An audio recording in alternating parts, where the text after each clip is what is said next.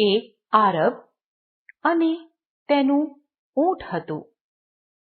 શિયાળાની ઠંડીના દિવસો હતા. આરબ ઊંટની પીઠ પર બેસીને રણમાંથી જઈ રહ્યો હતો. રાત પડતા આરબે પોતાનો તંબુ બાંધ્યો અને અંદર તંબુમાં જતો રહ્યો. ઊંટને બહાર જ રહેવા દીધું. ઊંટે આરબને કહ્યું, બહાર તો બહુ ઠંડી છે.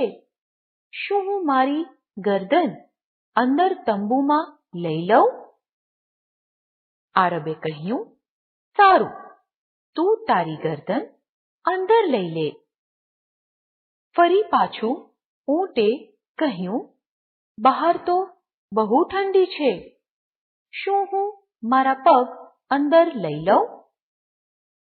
આરબે કહ્યું, ઠીક છે, તું તારા પગ પણ અંદર લઈ લે.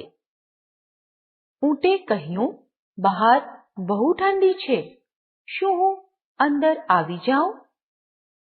આરબે કહ્યું, અરે ના ના, આ તંબુ આપણા બે માટે બહુ નાનો છે. આ સાંભળતા જ ઊંટે કહ્યું, હું અંદર આવું છું અને તમે બહાર જાઓ.